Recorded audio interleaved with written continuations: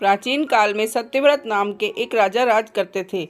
वो प्रतिदिन पूजा पाठ किया करते थे। उनके पास किसी भी चीज़ की कोई कमी नहीं थी। वो धन दौलत से लेकर हर प्रकार की सुविधा से समृद्ध थे। हालांकि इसके बावजूद भी राजा की एक अभिलाषा थी जिसे वो पूर्ण करने की चाह रखते थे। दरअसल राजा सत्यव्रत को किसी भी प्रकार से स्वर्गलोक जाने की इच्छा थी। वो अपने जीवन में कम से कम एक बार स्वर्गलोक के सौंदर्य को देखना चाहते थे, लेकिन उन्हें उसका मार्ग नहीं पता था। इधर दूसरी तरफ ऋषि विश्वामित्र अपनी तपस्या के लिए घर से बाहर निकले। चलते चलते वो अपनी कुटिया से काफ़ी आगे चले गए थे। काफ़ी समय बीत गया, लेकिन वो नहीं लौटे। इस कारण उनका परिवार भूख और प्यास से तड़प रहा था। राजा सत्यव्रत को जब ये पता चला तो उन्होंने ऋषि विश्वामित्र के परिवार के पालन पोषण की जिम्मेदारी ले ली।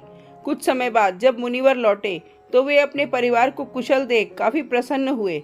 उन्होंने पूछा कि उनके अनुपस्थिति में किसने उनकी देखभाल की। इस पर ऋषि के परिवार वालों ने बताया कि राजा ने उनके पालन पोषण की जिम्मेदारी उठाई थी।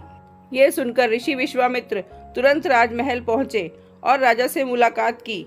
वहां पहुंचकर उन्होंने सबसे पहले महाराज को धन्यवाद कहा। इस पर राजा ने ऋषि से अपनी इच्छा पूर्ण होने का आशीर्वाद मांगा। राजा की बात सुनकर ऋषि विश्वामित्र ने कहा, बोलिए महाराज, आपको क्या वरदान चाहिए। तब महाराज ने कहा, हे मुनि, मुझे एक बार स्वर्गलोक के दर्शन करने हैं। कृपा करके मुझे वहां जाने का वरदान दें। राजा की प्रार्थना सुनकर ऋषि विश्वामित्र ने एक ऐसा रास्ता बनाया जो स्वर्गलोक की ओर जाता था। ये देखकर राजा सत्यव्रत बहुत खुश हुए। वो तुरंत उस रास्ते पर चल पड़े और स्वर्गलोक पहुंच गए। यहाँ पहुंचते ही इंद्रदेव ने उन्हें नीचे धक्का दे दिया, जिसके कारण वो सीधे धरती पर जा गिरे। राजा सत्यव्रत ने तुरंत सारी घटना ऋषि विश्वामित्र को बताई। राजा की बात सुनकर ऋषि विश्वामित्र गुस्से से आग बबूला हो उठे। उन्होंने तुरंत सभी देवताओं से इस बारे में बात की और इस समस्या का हल निकाला, जिसके बाद राजा के लिए एक नया स्वर्गलोक बनाया गया। नए स्वर्गलोक को पृथ्वी और देवताओं के स्वर्गलोक के बीचों बीच स्थापित किया गया था, ताकि किसी को परेशानी ना हो। नए स्वर्गलोक से राजा सत्यव्रत तो बहुत खुश हुए, लेकिन विश्वामित्र को एक चिंता लगातार सता रही थी। उन्हें डर था कि नया स्वर्गलोक कहीं जोरदार हवा के कारण गिर ना पड़े।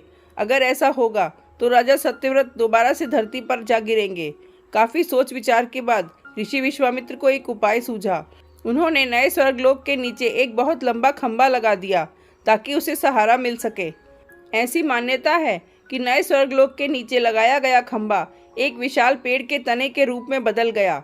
यही नहीं, कुछ समय पश्चात जब राजा सत्यव्रत की मृत्यु हुई तो उनका सर एक फल में तब्दील हो गया। तभी से इस खंभे को नारियल का पेड़ कहा जाने लगा, जबकि राजा का सिर नारियल के रूप में जाना गया। यही कारण है कि नारियल का पेड़ इतना लंबा होता है।